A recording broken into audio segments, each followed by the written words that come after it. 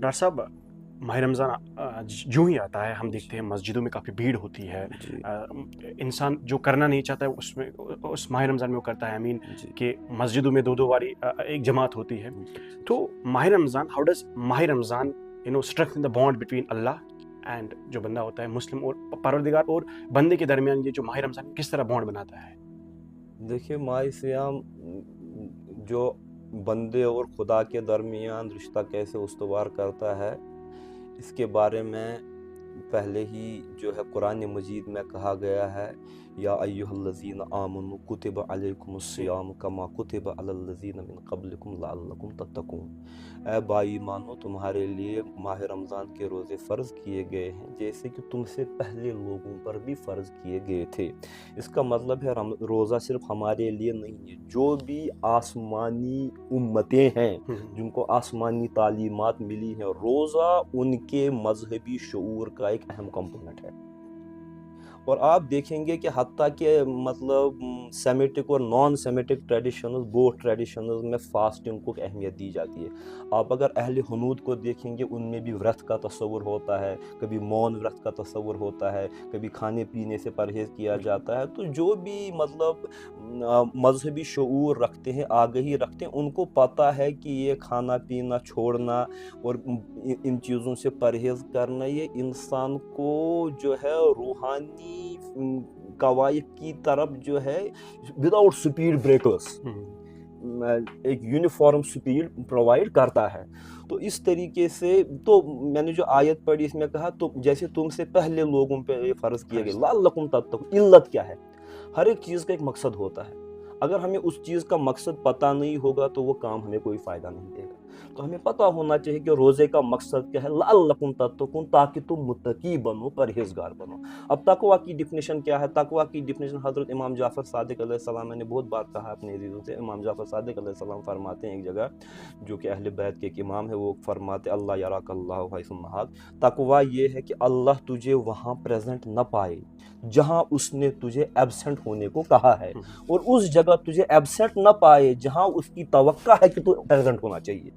तो इस एतबार से जब ये तकवा की हद इंसान में हासिल होगी, हमेशा वो गॉड कॉन्शियस रहेगा, भीड़ में भी और तन्हाई में भी। और उस तकवा से वो क्या कर सकता है, हमेशा खुदा को हाजिर नाजिर जानकर, आप अगर तन्हाई में भी बैठे हैं, आपको कोई पुलिस नहीं ताक रही है, बिल्कुल। आपको कोई मतलब आप किसी रडार में नहीं है, लेकिन फिर भी आप में एक सेंस है कि मुझे मेरा अल्लाह देख रहा है।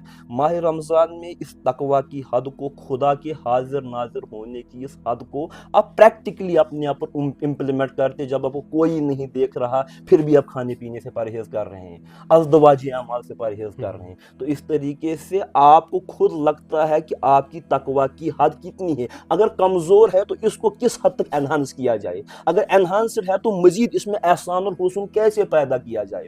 तो इस एतबार से ये माह रमज़ान गुनहगार को भी मौका फ़राहम करता है आसिफ साहब, और नेकोकार को भी मौका फ़राहम करता है। That let us check our brakes. मैं इसको ये मतलब एक मतलब शायद ये जोक भी नहीं है, लेकिन मैं प्रैक्टिकली आपको कहूँगा, जब हम जम्मू की सड़क पर जाते हैं ना, तो जब हम उन मोड़ों में उतरते हैं, बिल्कुल। तो अक्सर साइन बोर्ड उस पर लिखा होता है, please check your brakes. Brakes. मबादा कि हमारी ब्रेक कमज़ोर हो तो हम फिसल लेकिन जाए, साइन बोर्ड्स होते हैं वहाँ साइन बोर्ड्स पे। होते हैं ना। तो इसी तरीके से माह Ramzan, please check your brake. आपकी ब्रेक कितनी मजबूत है, कितनी कमज़ोर है, आप अपने आप को कितना रोक पाते हैं। जो आपने तकवा का तस्वुर सीखा है, उलमा से सीखा है, जुमा के खुतबों में सीखा, अब आपको इसको अमलाने का मौका है। Please check your brake and see where do you stand.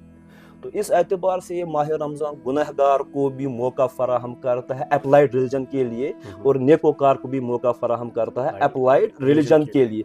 अब आपका जो एक सवाल है कि इस महीने में मस्जिदों में भीड़ होती है, जो कभी मस्जिदों में नहीं आते वो भी आते हैं। कुछ लोग इसका मजाक उड़ाते हैं, वो इनको रमज़ान नमाजी कहते हैं, आय बिल्कुल, हसब बिल्कुल, रमज़ान नमाज, बिल्कुल बाकी ऐसा चीज़ होता है। तो होता है ना। तो हुँ, कुछ लोग इसको नेगेटिव पर्सपेक्टिव में देखते हैं, मैं इसको नेगेटिव पर्सपेक्टिव में नहीं देखता। Let us not be judgemental. अगर कोई भूला भटका हुआ जिंदगी में एक बार भी किसी भी बहाने से खुदा की तरफ आता है, तो हमको उसको क्रिटिसाइज नहीं करना चाहिए, बल्कि उस ट्रेंड को एनकरेज करना चाहिए। बिल्कुल। تو ہمیں یہ نہیں کہنا چاہیے کہ یہ رمضان نماز امس زن دیت پروردگارن اکہ لٹہ تہ موقع. ماہ رمضان تو ہے ہی نا بہانہ مغفرت کا. جیسے ایک فارسی مقولہ کہا جاتا ہے رحمت الہی بہانہ میں جویت. اللہ کی مغفرت بخشنے کے بہانے ڈھونڈتی ہے. تو جب ایک بار بھی بندہ اگر بندے اس وقت گنہگار بھی یہ سمجھتا ہے کہ آج اللہ کی رحمت اور مغفرت جوش میں ہے, اگر آج بھی میری مغفرت نہ ہوئی تو کب ہوگی. بالکل. تو اسی امید سے ایک گنہگار بھی بد کردار بھی کبھی مسجد میں آتا ہے تاکہ میری بھی بخشش ہو. تو اس کا مطلب یہ ہے نا, he has settled the faith and belief in the system. اس کا یقین چاہے وہ کتنا ہی گیا گزرا کیوں نہ ہے, لیکن اس کا اب بھی اللہ کی بخشش پر یقین ہے. تو آپ اس یقین کا کیسے مذاق کر سکتے ہیں اس کو رمضان نمازی کہہ کر کے. تو کسی کو یہ حق نہیں حاصل ہے. اسی لیے کہا گیا ہے کہ یہ مہینہ ایسا ہے کہ اس کے کچھ دن تو مغفرت کے ہیں, کچھ رحمت کے ہیں اور کچھ نار جہنم سے آزادی کے دن. ایسا کیوں فرمایا جناب رسول اکرم نے؟ He wanted to exhort those very sinners also. وہ ان گنہگاروں کو بھی ایک قسم کی جو کہتے ہیں نا یقین تیقن دلانا چاہتے ہیں, امید دلانا چاہتے ہیں, کیونکہ لا تقنطوا من رحمت اللہ, اللہ کی رحمت سے نا امید ہونا کفر ہے. تو آج یوں سمجھ لیجئے کہ آج سیل کا مہینہ ہے. بالکل. اللہ کی جنت کی سیل لگی ہوئی ہے, اور آج کلاس کنفلکٹ اونچ نیچ نہیں دیکھا جائے گا. آج یہ نہیں دیکھا جائے گا کہ کون مسجد کا پریزیڈنٹ ہے یا کون مسجد کا امام ہے جو 12 مہینے مسجد میں آتا ہے اس کی بخشش ہوگی. آج جس گنہگار کا ایک آنسو کا قطرہ بھی صدق کے دل سے بہا ہے, کیا ممکن کہ اللہ تبارک و تعالیٰ اس کو بھی اپنے مقبول بندوں میں شامل کر لے. تو یہ اللہ تبارک و تعالیٰ کی طرف سے ایک کشادگی ہے امت کے لیے کہ جس کو کبھی موقع نہیں ملتا یہ سوچنے اپنے گناہوں کی تلافی کرنے کا, اس کو بھی آج ایک موقع ہے.